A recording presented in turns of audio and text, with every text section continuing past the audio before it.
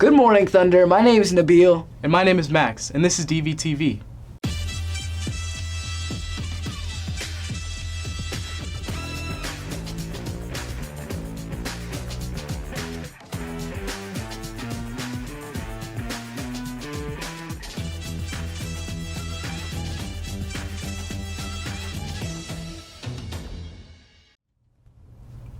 We have some announcements for you all today before we seek the rest of today's spooky episode. Senior night for football, cheer, and VDL is this Friday night at 6 p.m. Come out to celebrate football, cheer, and VDL seniors as they take the field for their final home game. Girls and boys basketball tryouts are almost here. Tryouts for girls are November 3rd through the 5th, while the boys are through the 7th. If you have any questions, contact Coach O'Brien for girls or Coach Bonner for boys. For more information, check out the Daily Bolt. Girls soccer tryouts are also happening through November 3rd to the 7th on the back practice fields from 4 to 5:30 p.m. each day. Make sure to come out and support boys beach volleyball tournament on November 9th at 12 p.m. All the proceeds and donations go directly to the DV boys and boys volleyball program. Make sure to also hit up Raising Cane's tonight from 2 to 9 p.m. to support our DV mountain biking team. Use the code below for online orders. The dance company is having a fundraiser at Red Robin's. 20% off all the proceeds will go to the program. To make sure you mention DV Dance while you're there. All seniors that need help completing their FAFSA applications can reach out to the counselors all day on Friday. If you can't make it that day, contact Ms. Krebs or Ms. Casa for more information. And the last of today's announcements is about the Key Club's blood drive. Oh yeah, I saw stuff about that in my teachers' classrooms, but I don't know much about it. Well, a blood drive always is good. It gives you the opportunity to donate blood that could save someone's life. Did you know that a single donation could save up to 3 people's lives? Wow, I didn't know how important donating blood was. Most people don't, which is why members of the Key Club have more information. Let's go to them to learn some more. Hi, I'm Alexandra and I'm the president of Key Club. Hi, I'm Nika. I'm the vice president of Key Club. Hi, I'm Saba. I'm the secretary of Key Club. So Key Club's just, we're an international organization and we're all about helping our community and volunteering. So we have meetings every Monday morning in the library PD room, every other Monday morning, and then you can get involved by just coming to the meetings. We do service projects once a month and they're really fun. The blood drive is November 4th from 8 a.m. to 12 p.m.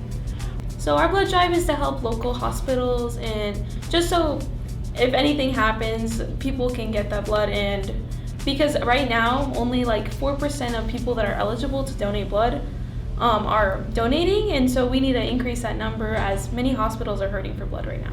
It's a great way to get volunteer hours. You get 2 hours for donating and 1 hour if a person donates on your behalf, like an adult, like your mom or your dad, and they can sign up through the link on our Instagram at Desert Vista Key Club. And that's also a great way to just get involved in the school and just show your support for local hospitals. So you have to fill out the form, which you can retrieve from the library or Mr. Demiato's room in B207. Yeah. And just fill out the requirements. You have to be 16 plus to donate, and also make sure you fit in like the height and weight chart that is also listed on the form. And then return it by November 3rd in Mr. Demiato's room. Thanks, guys. Now we know we can do to save lives. Speaking of saving lives, you do know about Estorado that's been on campus, right? I know of him, but I don't know him. You know what I mean? Yeah, I know most people on campus are the same, but I think everybody here at DV should get to know more about him. How can I and other students do that? Well, you could always just walk up to him when you see him, or you can watch this interview where he talks about who he is and his goals here. Hey Thunder Nation, I'm Officer Levitt. I'm your school resource officer. I'm located up here in the front office. So this is my office right here. Come on inside and we'll talk about the roles and goals that I have as your school resource officer. Welcome inside my office. Let's talk about some of the goals that I have as a school resource officer. My primary goal is to make sure that everyone on campus, that includes students, staff, and myself, that we're all safe. That we establish a learning environment for everyone to be able to focus in on your studies instead of having to worry about anything that might do you harm. That's my primary goal.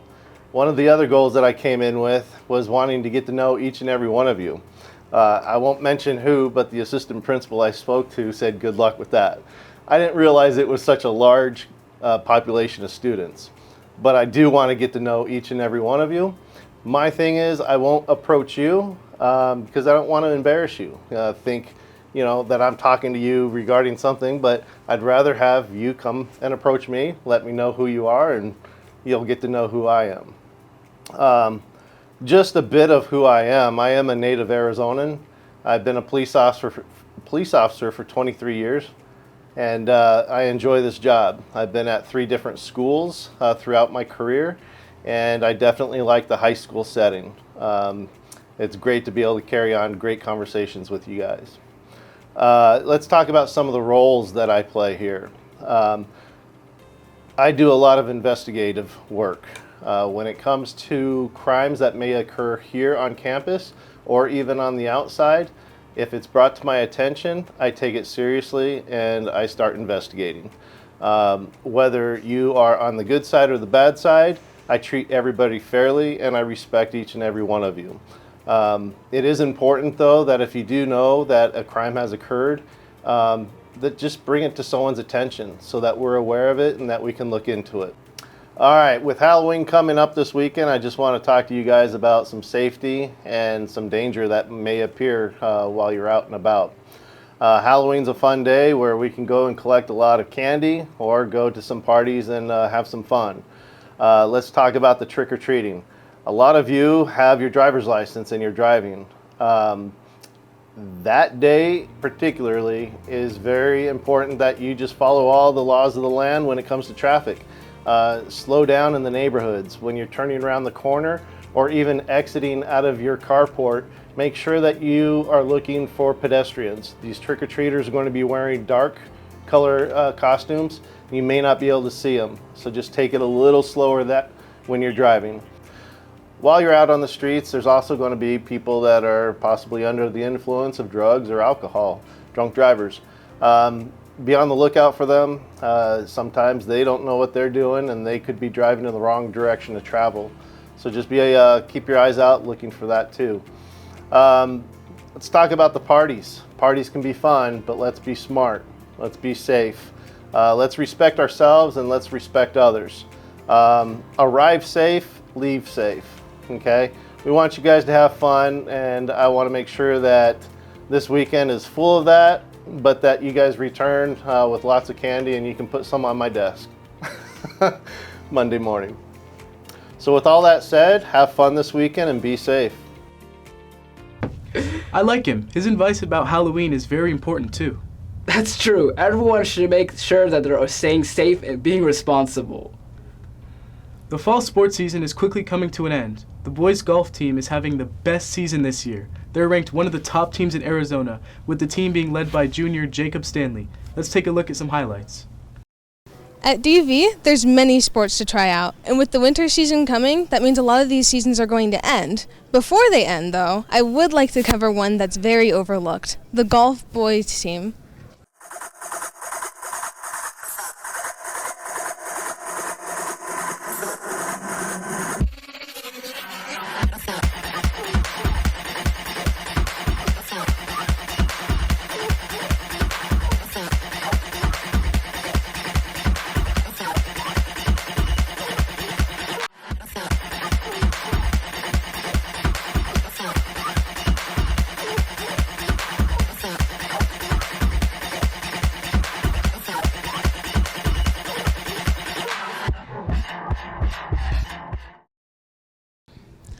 Wow, who knew that a sport like golf could be so fitting for a school? These guys really know what they're doing. Make sure to check them out before the season ends. I don't know much about golf. It looks like the weather's perfect right outside, huh? It's a great sport if you're looking to try out something new. Another great sport that is fairly new on campus is flag football. The team is doing really well coming off a fantastic Tookie Bowl win last week. We caught up with a couple of their players to tell us more about the team.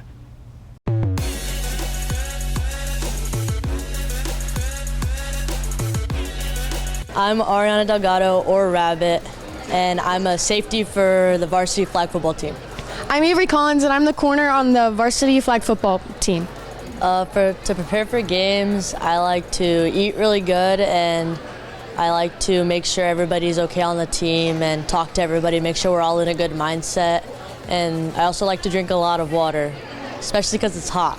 What I do before games is I listen to music and make sure that all of us are on the right page before the game starts. The best part of flag football is definitely hanging out with all the girls. They're like another family to me, and I have so much fun talking to them and joking, and just like even at practices, we have so much fun all the time. The best part about flag football is the girls, because I love everyone on the team and we're all really great friends. I think I'm really competitive, so to keep me motivated, I really just want to win and play the best I can, and I don't want to let any of my teammates down, so I'm always really motivated to try really hard at practice and try really hard at games. What motivates me is my best friends on the team. I like to shout out Ari, especially. We practice every day that we're not playing a game. We plays on Tuesdays and Thursdays, so we practice Monday, Wednesday.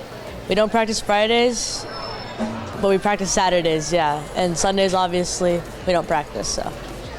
To join the flag football team, during summer we have summer practices that you guys can come out to get a feel for the sport. And when tryouts come try out, everybody can try out. And we love to see new girls come out all the time.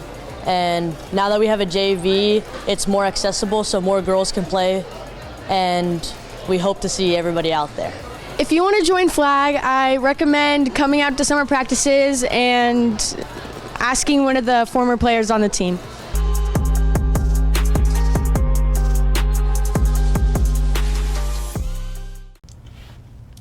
If you haven't had a chance to cheer them on, make sure you pop out to their home game tomorrow. If you know what the day after, do you know what the day after that is? Halloween, which is one of my favorite holidays. What's your plans?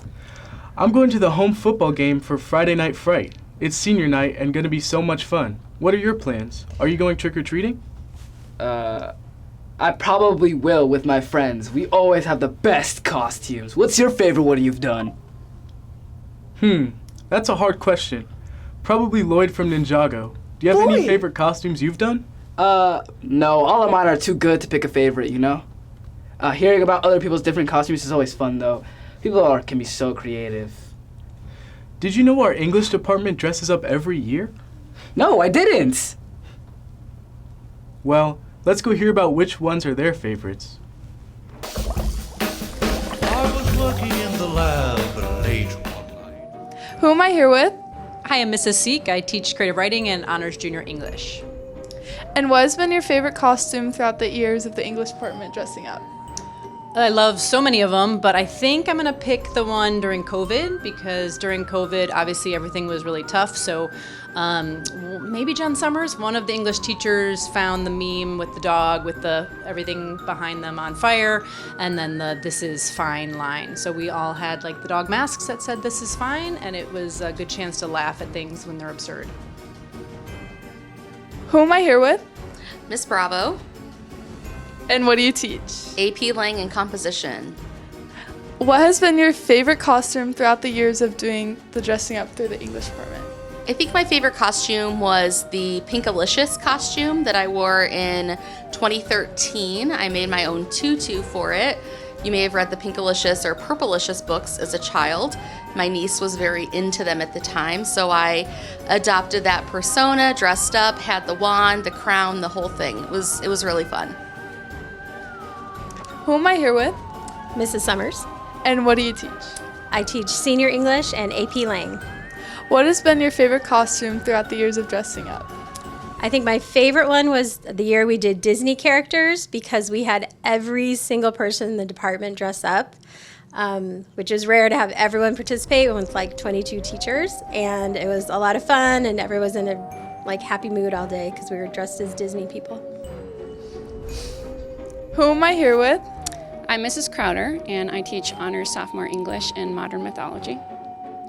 What has been your favorite costume throughout the years of the tradition of the English department dressing up? Last year we did games, and I dressed up like Wordle, so that was fun. And then one of my other favorite costumes, we did TV shows, and I dressed up as the mother of dragons, Daenerys Targaryen. Who am I here with? Miss Sabori. And what do you teach? sophomore and junior English.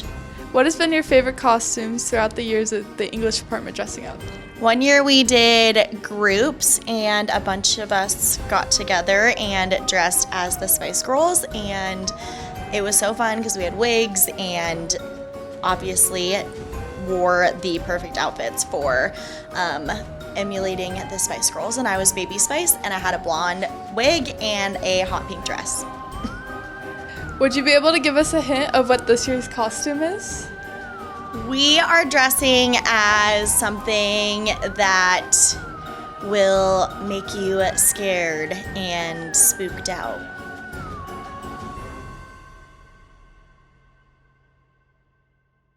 I didn't know about all these costumes. They're so cool and creative. I agree. Creative costumes really are the best. My friends and I's costumes are good, but not as good as theirs. There are many creative ways to celebrate Halloween. For example, many people do special spooky makeup. I doubt either of us would be good at that. Yeah, well, how about we go see how a good student here is able to do Halloween-based makeup? Hi, my name is Emma. My name is Annalicia. And we're with DVTV, and today I'll be teaching you how to do different vampire and gore looks for your Halloween makeup. So first, you're gonna wanna start with any white foundation.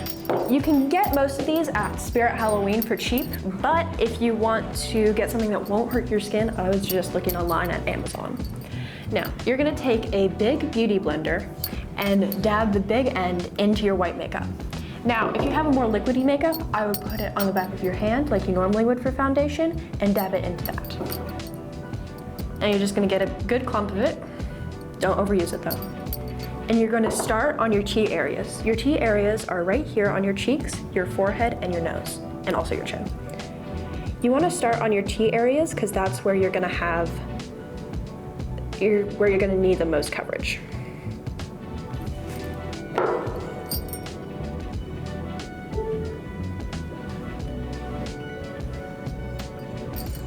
Alright, now with the type of products most of us have available, it is very difficult to get a full and even coverage. One, it will be Halloween, so people will not see your makeup because you'll be in the dark.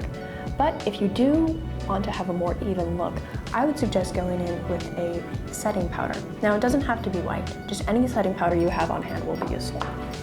And you're just going to take a powder puff or a brush and apply it directly to those T-zones as mentioned before. Sorry, there's a little bit of droppage.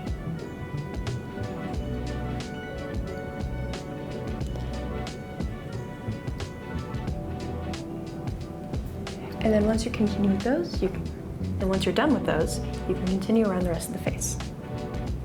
Just patting that in like so. All right, now that you've got your base on, however splotchy it may be, it is time to continue to the blood. Now, this you can also get at Spirit Halloween, and that would be the best place to find it. Now, you're just gonna take any stick you have laying around. For me, it's gonna be this little eyelash curler. And you're going to stick it into your blood. Now, most of these things do have a squeezable option, but I like to use this because it has more, you can use more control. Now, you're going to start by applying it to the lips. Smells like syrup.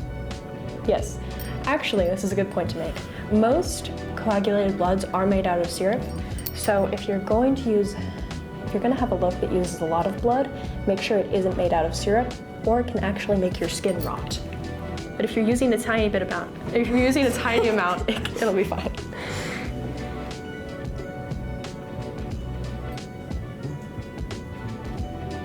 Right, now you're just gonna press your lips together like so.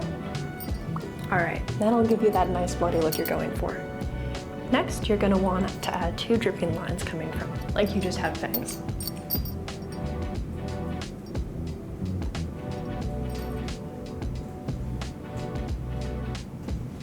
All right, now that you've got the lips done, you can move on to adding blood to the eyes. This will add a nice pop of color. You're just gonna wanna add it right on top of your eyeliner.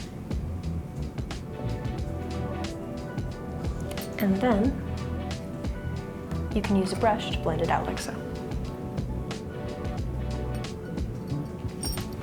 Now, if you want a more intense look, you can also add a smoky eye. But if not, it means you're done.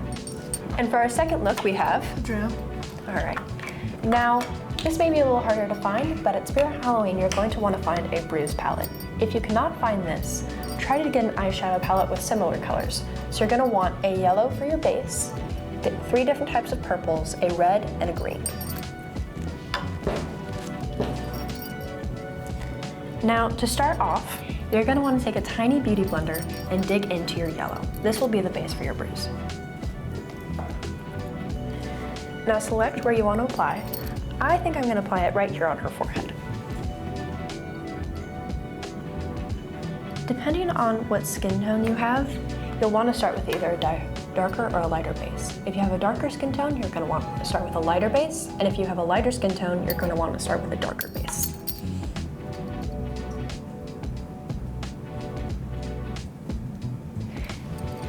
Next, you're going to want to go in a circle. So you're going to apply the lighter purple, just on top of that. If it's splotchy, that's good. That's how it's supposed to be, to make it look, because a bruise is broken blood vessels, so you want to make it look like blood is seeping to different places under the skin. All right, now that you've got your yellow and your light purple down, you're going to want to take the tiny end of the beauty blender and go in with your darker purples. This will help make it look like different blood vessels and add some detail.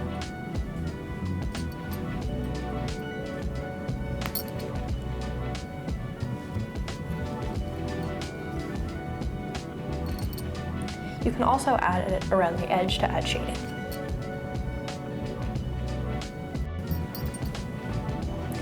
Now that you're done with the dark, you're going to want to go back in with the yellow.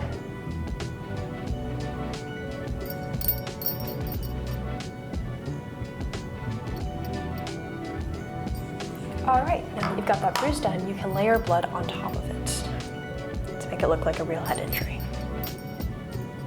You're gonna wanna have a main focus for your blood. You don't wanna just spread it over. You wanna start from an area, add a lot of blood there, and then spread out from that direction.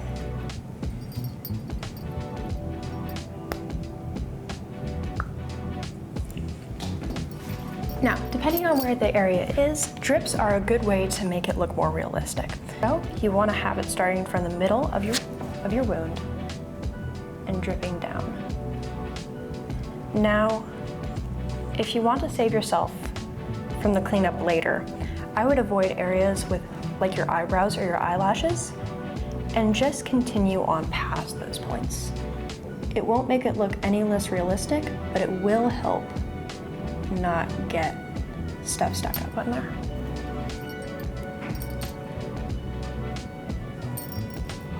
You're gonna go back to your tiny beauty blender and really get into those dark spots, and you're gonna carefully fill that in around where your blood is. This will help it look like there's actually a wound and not just a bruise. And that is how you do bruise and gore makeup. All this talk about Halloween is exciting. Can you believe we only have 2 more days until then? I can't! It doesn't really feel like it, you know? Yeah, but you know what always gets me in that Halloween mood? Scary stories. Ooh, me too. Do you have any good ones? Honestly, not really. But we do have someone here who can read some for us. Let's go see. Boo, did I scare you? Probably not. Hey, I'm Red Hood, and I've been commissioned by DVHS to read this bone-chilling and horrific story to you. So are you ready?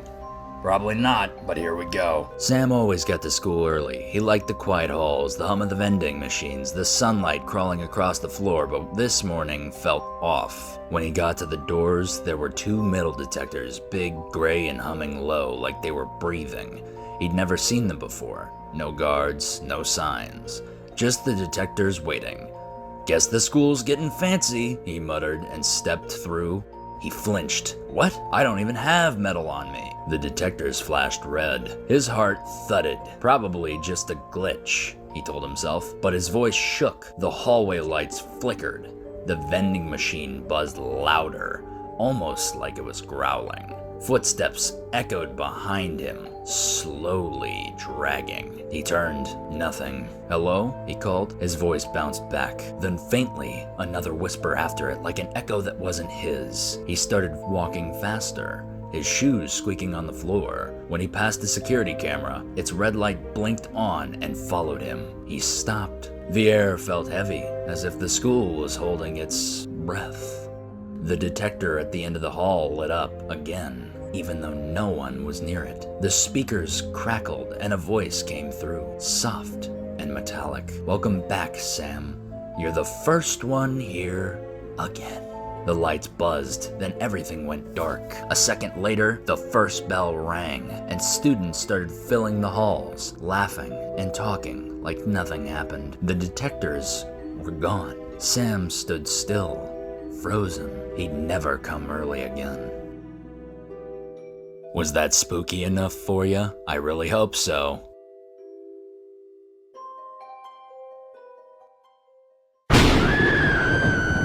Thank you for watching, DV. Have a wonderful Halloween. Well, DV, that's all we have for this week. Make sure to go follow us on all social medias at DVHS Thunder Media. Have a happy Halloween!